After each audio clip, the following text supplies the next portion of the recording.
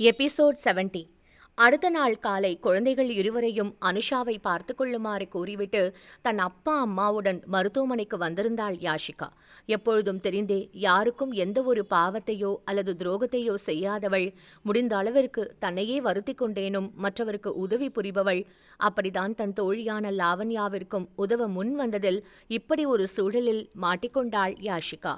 அறியாத வயதில் குழந்தை அவள் தெரியாமல் செய்த தப்பை ரக்ஷித் கூறியதை கேட்டு மனம் வருந்தியவள் இப்பொழுது கனிஷ்காவை வேண்டுமென்றே ரக்ஷித்திடமிருந்து பிரித்திருக்கவில்லை. எல்லாம் காலம் செய்த கோலமே. ஆனால் அவளின் செயல்கள் ரக்ஷித்தின் மனதை வெகுவாக காயமடைய செய்திருப்பதால் இனி அவனாக தன்னை நெருங்கி வரும் வரை ரக்ஷித்திடமிருந்து விலகி இருக்க வேண்டும் என்ற முடிவோடுதான் அந்த மருத்துவமனைக்கு வந்தாள். கனிஷ்காவின் ஒரு பக்கத்தில் சேரில் அமர்ந்திருந்த ரிஷி அந்த பெட்டில் தலை சாய்ந்து படுத்திருக்க, மற்றொரு பக்கத்து சேரில் அமர்ந்திருந்த ரக்ஷித்தும் அதேபோல் பெட்டில் தலை சாய்த்து படுத்திருந்தான். ஆனால் இருவரின் கையும் கனிஷ்காவின் கையை பற்றியிருந்தது. அந்த அழகிய காட்சியை பார்த்தபடி அந்த அறையின் உள்ளே வந்தனர் மூவரும். அண்ணா எழுந்திருனா என்று ரிஷியின் தோலை தொட்டு எழுப்பினாள் யாஷிகா. எழுந்தவன் தன் தங்கையை பார்க்க, நீ வீட்டுக்கு போய் ரெஸ்ட் எடுத்துட்டு வாண்ணா, நாங்க 3 பேரும் கனிக்குட்டியை பார்த்துக்கிறோம் என்று யாஷிகா கூற, வீட்டுக்கு போய் குளிச்சுட்டு மட்டும் வந்துடுறேன் குட்டிமா என்றான் ரிஷி. சரிண்ணா என்றவளுக்கு இப்பொழுது ரக்ஷித்தை எப்படி எழுப்புவது என்றுதான் தெரியவில்லை. ரக்ஷித்தை எழுப்புவதற்காக யாஷிகா தயங்கியபடியே நிற்பதை பார்த்த ரிஷி, இருடா குட்டிமா நானே எழுப்புறேன் என்று யாஷிகாவிடம் கூறியவன், டே ரக்ஷித் எழுந்துடா என்று ரக்ஷித்தை தட்டி எழுப்ப, எழுந்தவனோ ரிஷியை பார்த்து புன்னகைத்தான். பதிலுக்கு ரிஷியும் ரக்ஷித்தை பார்த்து புன்னகைக்க, நண்பர்கள் இருவரும் மீண்டும் பேச ஆரம்பித்து விட்டனர் என்பதை புரிந்து கொண்டனர் மூவரும். உன்னோட அப்பா அம்மா ஆசைப்படியே நம்ம 2 குடும்பமும் கூடிய சீக்கிரத்துல ஒன்று சேர்ந்துடும் ரக்ஷித் என்று பழையபடி அத்தை என்ற உரிமையுடன் அவனை அணைத்து கொண்டார் மீனாம்பிகை. ஆனால் அவர் அனுஷாவையும் மனதில் வைத்துதான் பேசினார். ரக்ஷித்திற்கும் புரிந்தது. இரவு ரிஷி ரக்ஷித்திடம் பேச ஆரம்பிக்கும் பொழுதே, எனக்கு உன் மேல எந்த கோவமும் இல்லை ரிஷி, என் கோவம் எல்லாம் யாஷிகா மேல மட்டும்தான். நான் சொல்றேன்னு தப்பா நினைக்காத. என்னதான் உன் தங்கச்சியா இருந்தாலும் இப்ப யாஷிகா என்னோட பொண்டாட்டி. புருஷன் பொண்டாட்டிக்குள்ள வர பிரச்சனையில தங்கச்சி மேல உயிரையே வச்சிருக்கிற அண்ணனா இருந்தாலும் நீ தள்ளி இருக்கிறது தான் நம்ம 3 பேருக்குமே நல்லது ரிஷி. நாங்க இன்னைக்கு சண்டை போட்டுக்கிட்டு நாளைக்கு கூட சேர்ந்துப்போம். அப்புறம் நீ தான் மூக்கு உடைஞ்சு நிக்கணும். எனக்கு யாஷிகாவை ரொம்ப பிடிக்கும். இதுக்கு மேல அவளை நான் ஹர்ட் பண்ண மாட்டேன், போதுமா என்று ரக்ஷித் கூறிய பின்புதான் இருவரும் சகஜமாகவே பேச ஆரம்பித்திருந்தனர். தன் தங்கையின் காதலை சீக்கிரமே ரக்ஷித் புரிந்து கொள்வான் என்பது ரிஷிக்கும் புரிந்தது. அதனால் அவர்களின் பிரச்சினைக்கு இடையில் தலையிட வேண்டாம் என்று முடிவெடுத்தான் ரிஷி. நான் வரேன் அத்தை என்று மீனாம்பிகையிடம் கூறினான் ரக்ஷித். ஆன்டியிலிருந்து மீண்டும் பழையபடி அத்தைக்கே மாறிவிட்டான். யாஷிகாவை பார்த்தவன் தான் கிளம்புவதை கூறும் விதமாக தலையசைத்து விட்டு சென்றான்.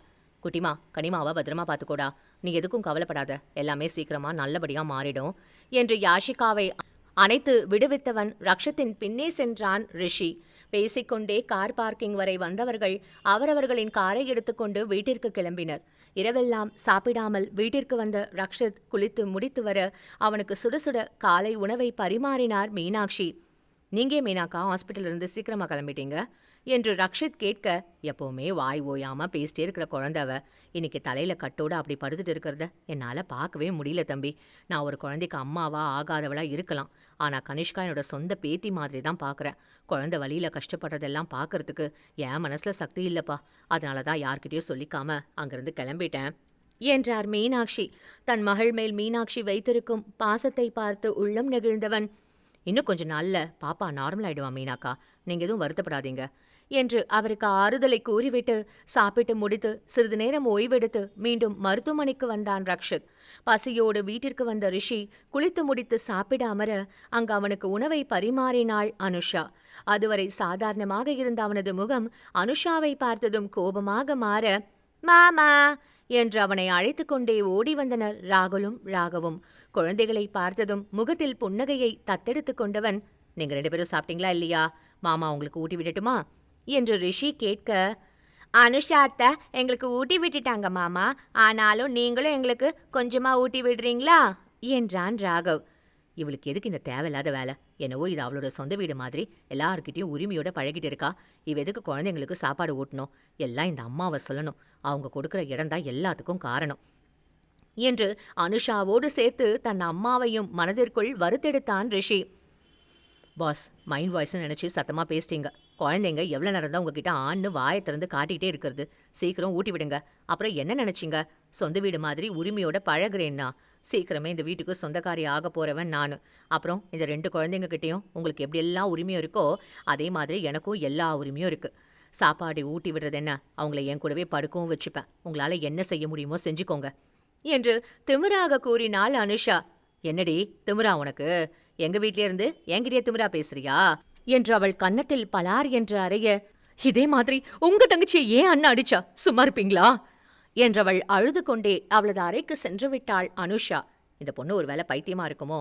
அது தெரியாம நான் தான் தேவையில்லாம அவகிட்ட கோவப்படுறேனோ? இவ அண்ணன் எதுக்கு ஏன் தங்கச்சி அடிக்க போறான்? சரியான மென்டல் என்று அனுஷாவை திட்டிக்கொண்டே குழந்தைகளுக்கு ஊட்டிவிட்டு தானும் சாப்பிட்டு முடித்தான் ரிஷி. நீங்க 2 பேரும் வீட்டில் இருக்க வேண்டாம், என் கூட ஹாஸ்பிட்டல் வாங்க என்று ரிஷி ராகவையும் ராகுலையும் தன்னுடன் வருமாறு அழைக்க, வேணாம் மாமா, நாங்க அனுஷா அத்தை கூட வீட்லயே இருந்துக்கிறோம். அவங்க வந்தா எங்க டாலுக்கு ஊசி போடுறத எங்களால பார்க்க முடியல என்றான் ராகுல். குழந்தைகள் அனுஷாவை அத்தை என்று உரிமையோடு அழைப்பதை வெறுத்தவன், தெரியாதவங்களெல்லாம் ஆன்ட்டின்னு தான் கூப்பிடணும்னு உங்களுக்கு ஸ்கூல்ல சொல்லித் தரலையா? இதுக்கு மேல அந்த அனுஷாவை அத்தைன்னு கூப்பிடக்கூடாது, ஆன்ட்டின்னு தான் கூப்பிடணும் என்றான் ரிஷி. அனுஷாவோ தன்னை அத்தை என்று கூப்பிடுமாறு கூறுவதும் ரிஷி அவளை ஆன்ட்டி என்று கூப்பிடுமாறு கூறுவதையும் பார்த்த குழந்தைகள் குழம்பிதான் போயினர். சரி மாமா என்று சம்மதமாக தலையசைத்து வைத்தனர் இருவரும். ஆனால் அவர்கள்தான் யாஷிகாவின் குறும்புகார குழந்தைகளாயிற்றே. ரிஷியின் கார் வீட்டிலிருந்து கிளம்பியதும் அனுஷா அறையின் வெளியே நின்றவர்கள், அத்தை மாமா கிளம்பிட்டாங்க, இப்ப நீங்க வெளியே வரலாம் என்று அந்த அறையின் கதவை தட்ட, குழந்தைகளின் குரலை கேட்டதும் அதுவரை அழுது கொண்டிருந்தவள் தன் கண்ணீரை அழுந்த துடைத்து கொண்டு வெளியே சிரித்த முகமாக வந்து நின்றாள் அனுஷா. நீங்க அழுதீங்களா அத்தை என்று ராகவ் கேட்க, யாராவது அடிச்சா வலிக்கும் தானே, எனக்கு வலிச்சுது, அதனாலதான் குட்டியா அழுத என்றாள் அனுஷா. நீங்களும் எங்க அம்மா மாதிரியே பேசுறீங்க அத்தை, எங்க அம்மாவும் இப்படிதான், நாங்க கஷ்டப்படக்கூடாதுன்னு குட்டி குட்டியா பொய் சொல்லுவாங்க என்றான் ராகுல். சிறு குழந்தைகளாக இருந்தாலும் தான் நினைப்பதை விட அவர்கள் புத்திசாலிகள் என்பதை புரிந்து கொண்டவள், சாரி நான் பொய் சொல்லிட்டேன் என்று தலையை சொரிந்தவாறு சிரிக்க, சரி வாங்க, நேத்து விளையாண்ட கேமு இப்பவும் விளையாடலாம் என்று அழைத்து சென்றனர் இருவரும். எங்கே தன் மகள் தன்னை தேடுவாளோ என்று எண்ணி கனிஷ்கா எழுவதற்கு முன் அவள் முன்னே இருக்க நினைத்தவன் அவசரமாக காரை பார்க் செய்துவிட்டு லிஃப்டில் ஏறினான் ரக்ஷித்.